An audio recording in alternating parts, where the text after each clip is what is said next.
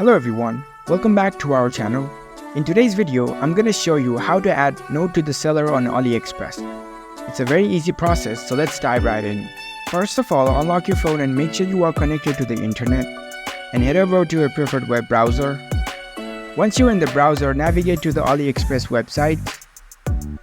After you are in the website, make sure you are logged in with your account.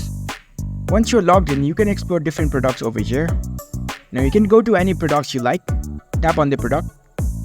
It will open up the product's description page. Here you can see the seller's icon at the bottom left, tap on it. It will open up the store's page.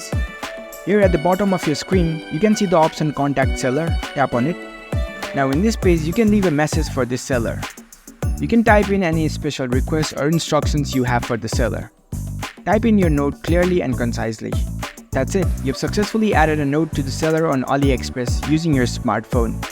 If you found this video helpful, don't forget to give this video a thumbs up and subscribe to our channel for more tech tips.